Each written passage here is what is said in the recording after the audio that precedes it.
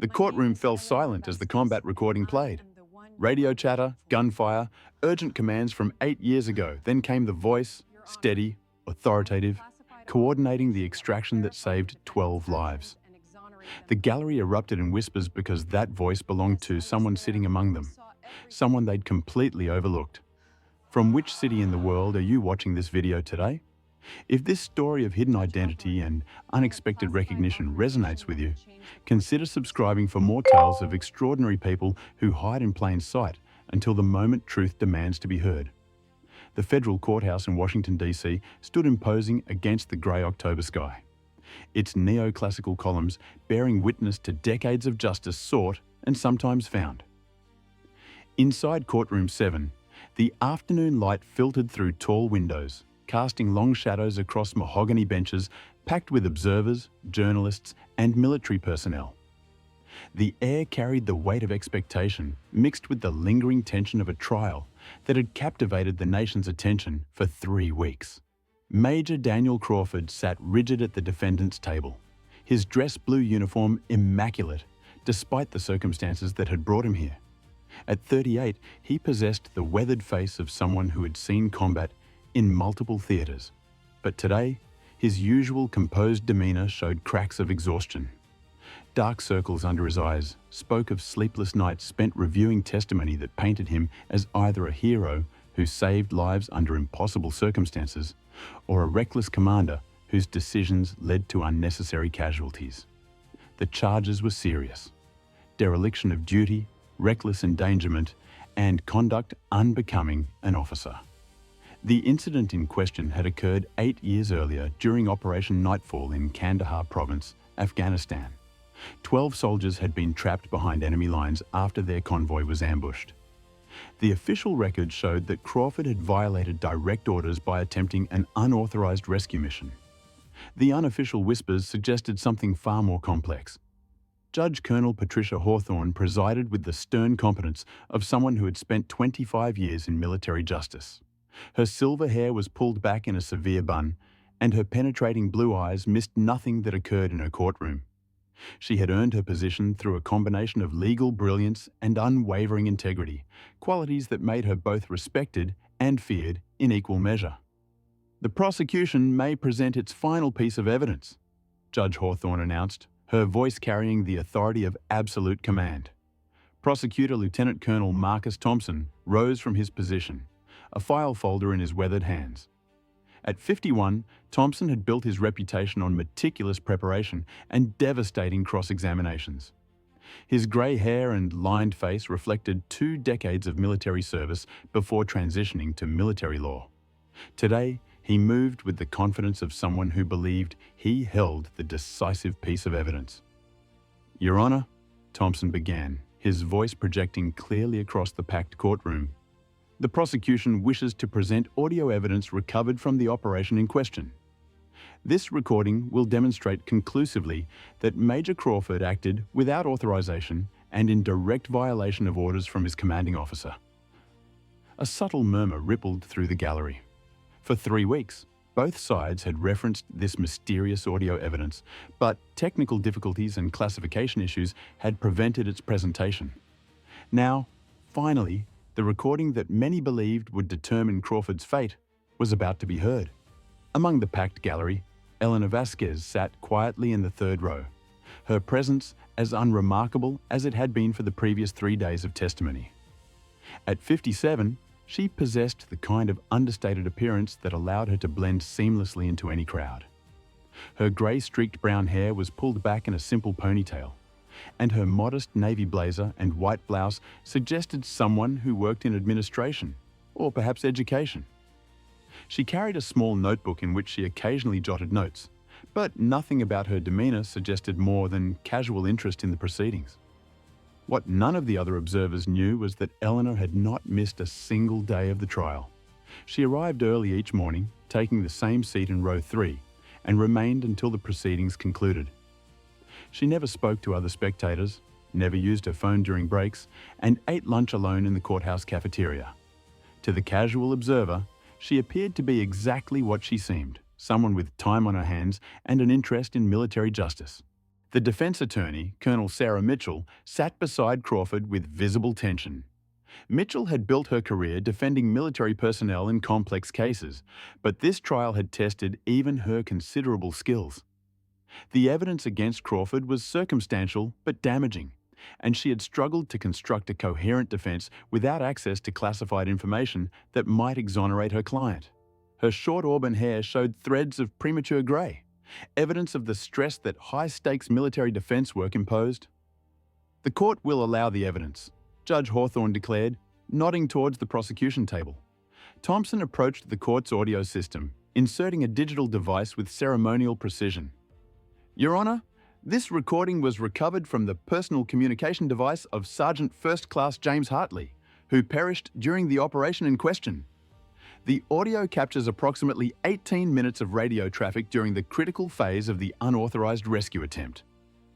As Thompson prepared the playback system, Eleanor's grip on her notebook tightened almost imperceptibly. Her breathing remained steady, but something in her posture had shifted, a subtle tension that spoke of preparation for an ordeal she had long anticipated. The recording begins at 0347 hours, approximately 12 minutes after Major Crawford's unit was ordered to hold position and await reinforcements, Thompson explained to the court. "What you will hear is clear evidence of Major Crawford ignoring direct orders and initiating an unauthorized action that resulted in 3 casualties." Thompson pressed the play button, and the courtroom filled with the harsh static of military radio communication. Through the speakers came the unmistakable sounds of combat, distant gunfire, the thump of helicopter rotors, and the urgent voices of soldiers under extreme stress. "Bravo 7, this is Eagle Base. You are ordered to maintain current position. Reinforcements are en route.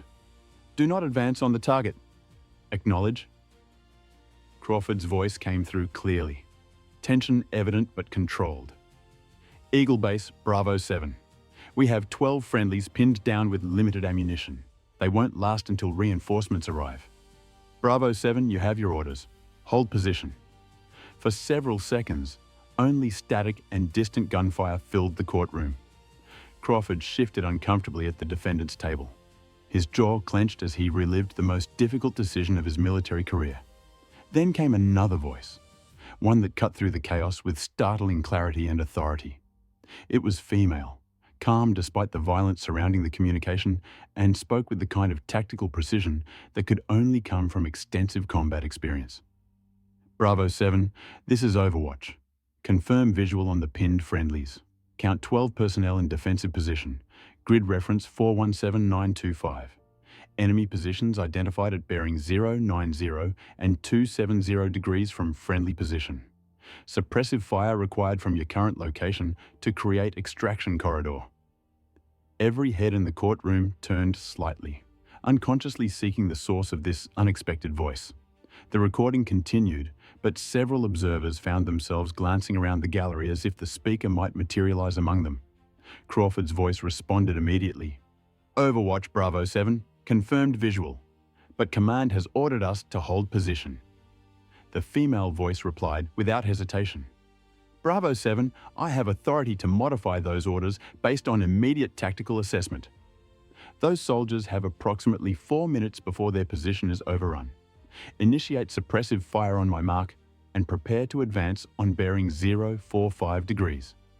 Judge Hawthorne leaned forward, her expression shifting from judicial neutrality to intense interest. This was not what anyone had expected to hear. The official record made no mention of an Overwatch directing the operation. In the gallery, Eleanor's face had gone completely pale. Her notebook trembled slightly in her hands as her own voice filled the courtroom. 8 years older now, but unmistakably hers. "Execute in 3, 2, mark. Bravo 7, advance now. Suppressing fire left and right flanks. I'll coordinate air support." The recording erupted with the sound of automatic weapons fire as Crawford's unit engaged the enemy positions. Through the chaos, the female voice maintained constant communication, directing the tactical movement with expertise that spoke of extensive training and experience. "Tango 9, this is Overwatch. Need immediate close air support at grid 417925. Danger close, repeat danger close. Friendly forces advancing on bearing 045. Overwatch Tango 9. Inbound in 90 seconds. Painting target now. Thompson had stopped the recording, his expression showing confusion rather than the satisfaction he had anticipated. This was not the evidence he had expected to present. The mysterious Overwatch voice was not mentioned in any of the case files he had reviewed. Your Honor, Thompson said slowly, there appears to be some confusion regarding this recording. The prosecution was not aware of additional command personnel directing this operation. Colonel Mitchell was on her feet immediately. Your Honor, this recording clearly shows that Major Crawford was following legitimate tactical orders from a superior authority. The prosecution's entire case is based on the assumption that my client acted without authorization. The gallery had erupted in whispers as people began to piece together what they were hearing.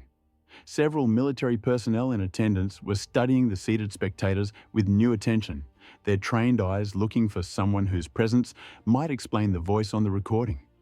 Eleanor stood quietly and began moving toward the center aisle. Her movement was steady but deliberate, drawing attention from those seated nearby. She reached the low rail that separated the gallery from the court proper and stopped. Your Honor, she said, her voice carrying clearly across the suddenly silent courtroom. It was the same voice that had been directing the combat operation, aged by 8 years but unmistakably identical. Every person in the courtroom turned to stare at her. Judge Hawthorne's eyes widened slightly as the implications became clear. State your name for the record, Judge Hawthorne commanded, her voice betraying none of the surprise she felt. Colonel Eleanor Vasquez, United States Army Special Operations Command, retired, Eleanor replied, her posture straightening into a military bearing that seemed to transform her from ordinary observer to commanding presence. The courtroom erupted. Thompson looked as if he had been struck, while Mitchell's face showed a mixture of vindication and amazement. Crawford turned in his chair, staring at Eleanor with an expression of profound gratitude mixed with disbelief.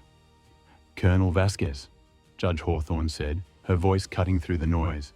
You are the Overwatch voice on this recording. Yes, Your Honor. I was conducting a classified reconnaissance operation in the area when Major Crawford's unit encountered the ambush. I had tactical oversight authority and directed the rescue operation that successfully extracted 12 soldiers with minimal casualties. Thompson found his voice. Your Honor, there is no record of Colonel Vasquez's presence during this operation.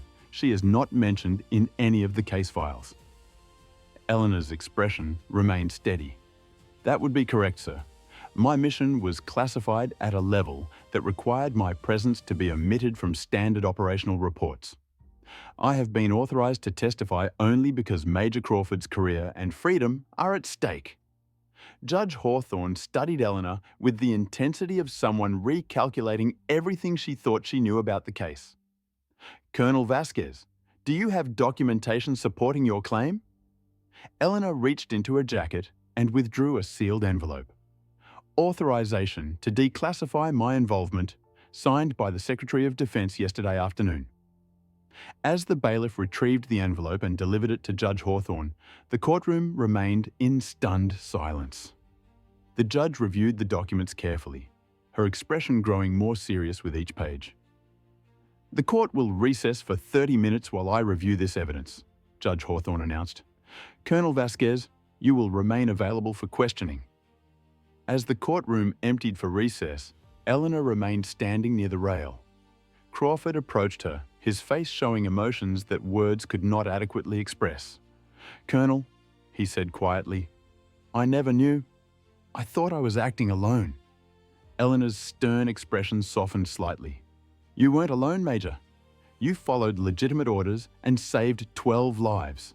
That's what matters. Mitchell joined them, her legal mind already processing the implications. Colonel Vasquez, are you prepared to testify on Major Crawford's behalf? I wouldn't be here otherwise, Eleanor replied simply. When court resumed 30 minutes later, the atmosphere had completely changed. Thompson appeared shaken, conferring urgently with his assistants. Mitchell sat with confident composure beside Crawford, who looked as if an enormous weight had been lifted from his shoulders. Judge Hawthorne returned to the bench with the bearing of someone who had made a difficult decision. After reviewing the documentation provided by Colonel Vasquez, this court finds that her presence during Operation Nightfall is substantiated and that her authority to direct tactical operations was legitimate and properly authorized. She turned to address Thompson directly. The prosecution's case is predicated on the assumption that Major Crawford acted without authorization. The evidence clearly demonstrates that he was following legitimate tactical orders from a superior officer with appropriate authority. Thompson stood reluctantly. Your Honor, the prosecution requests a continuance to review this new evidence. Denied, Judge Hawthorne replied firmly. The evidence is clear and unambiguous. Major Crawford was following legitimate orders from a qualified superior officer during a combat operation that successfully saved 12 American lives. The judge's gaze swept the courtroom. Major Daniel Crawford, this court finds you not guilty on all charges. You are hereby restored to full duty with all rights and privileges. This court is adjourned. The gavel's sound seemed to echo longer than usual in the suddenly quiet courtroom. Then the gallery erupted in applause and cheers as Crawford stood, his face showing a mixture of relief and disbelief that threatened to overwhelm his military composure. Eleanor had quietly returned to her seat during the proceedings, but now found herself surrounded by well-wishers and curious observers. She accepted their congratulations with gracious humility, but her eyes remained focused on Crawford, who was receiving congratulations from his legal team and supporters. Later, as the courtroom emptied, Eleanor and Crawford found themselves alone in the hallway outside. The afternoon sun slanted through tall windows, creating patterns of light and shadow on the marble floor. Colonel, Crawford said, his voice heavy with emotion, I don't know how to thank you. My career, my family, everything was at stake. Eleanor studied his face for a moment before responding. Major, you made the right decision that night. Sometimes, that's all we can do. Make the right decision and trust that the truth will eventually surface. But you've been sitting in that courtroom for 3 days, watching them tear apart my reputation, knowing you could have stopped it at any time. Why wait? Eleanor's expression grew thoughtful. Because you needed to face this challenge on your own first. You needed to prove to yourself and to this court that you acted with honor and integrity. My testimony only confirmed what was already evident to anyone paying attention, that you are a soldier who puts mission and lives above personal safety. As they walked toward the courthouse exit, Crawford shook his head in amazement. For 8 years, I've wondered who the voice was that night. I knew someone was coordinating the operation, but when it didn't appear in any of the reports, I started to think I had imagined it. Special operations often work that way, Eleanor explained. Sometimes, the most important contributions remain invisible until circumstances require them to be acknowledged. They reached the courthouse steps, where the late afternoon sun painted the city in golden hues. Crawford extended his hand to Eleanor, but she surprised him by ignoring the gesture and embracing him briefly. Take care of yourself, Major, she said quietly, and remember, the best officers are often those who are willing to risk everything for the right reasons. As Eleanor walked away, disappearing into the crowd of people heading home from their daily routines, Crawford remained on the courthouse steps for several minutes. He was processing not just his vindication, but the realization that sometimes the most extraordinary people hide in the most ordinary places, waiting for the moment when their presence is most needed. 3 months later, Crawford received orders for a new assignment, instructor at the Army's Command and General Staff College, where he would teach tactical decision-making to the next generation of military leaders. His first lecture would focus on the importance of maintaining integrity under pressure and trusting that the truth, however long delayed, eventually emerges. The story of his trial had spread throughout military circles, but not for the reasons anyone expected. It wasn't the legal victory that captured attention, but the mystery of Colonel Eleanor Vasquez. Word traveled through the special operations community about the woman who had sat silently for 3 days, watching a fellow soldier's reputation be destroyed before finally stepping forward to set the record straight. At the Pentagon, a small ceremony took place 6 months after the trial.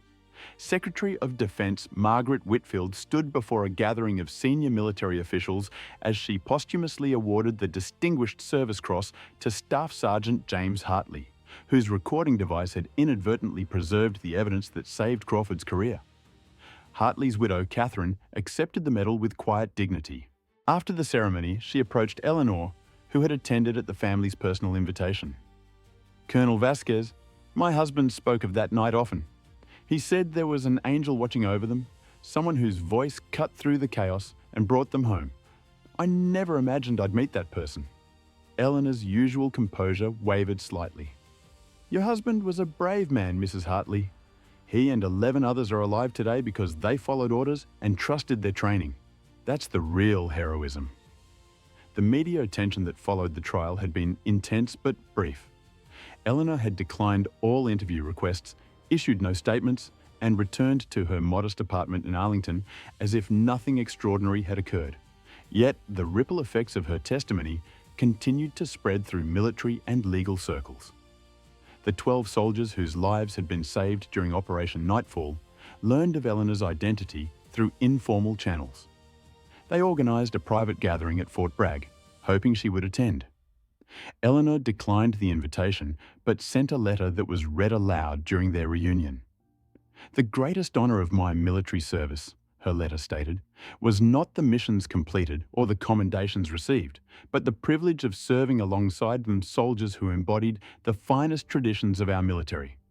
Your survival and continued service is the only recognition I have ever needed or wanted." Master Sergeant David Chen, one of the rescued soldiers, framed the letter and hung it in his office. Visitors often asked about it, and he would tell them simply that it came from someone who reminded us that angels sometimes wear combat boots. Eleanor's former colleagues in Special Operations Command were not surprised by her actions, though many had wondered what had become of her after retirement. General Patricia Sterling, who had been Eleanor's commanding officer during her final assignment, smiled when she heard the news. "That's exactly what I would have expected from Eleanor Vasquez," she told her staff.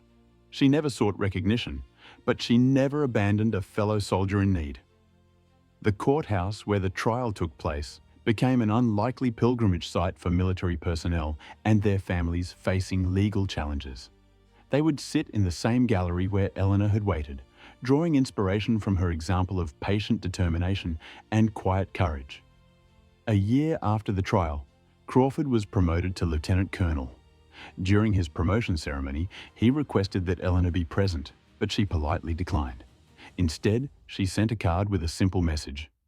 "Leadership is not about the rank you wear, but the principles you uphold." Congratulations, Colonel. Eleanor returned to her quiet life, her moment in the spotlight ending as suddenly as it had begun. But for those who had witnessed her transformation from anonymous observer to commanding presence, the memory served as a reminder that heroism often wears the most unassuming disguises, and that sometimes the most powerful voices are those that choose to remain silent until silence is no longer an option. Have you ever discovered that someone you completely overlooked possessed extraordinary depth and capability? Someone whose quiet presence masked a lifetime of remarkable experiences? Share your thoughts in the comments below and tell us where in the world you're watching from. If this story resonated with you, consider subscribing for more tales of hidden heroes who step forward when truth demands to be heard.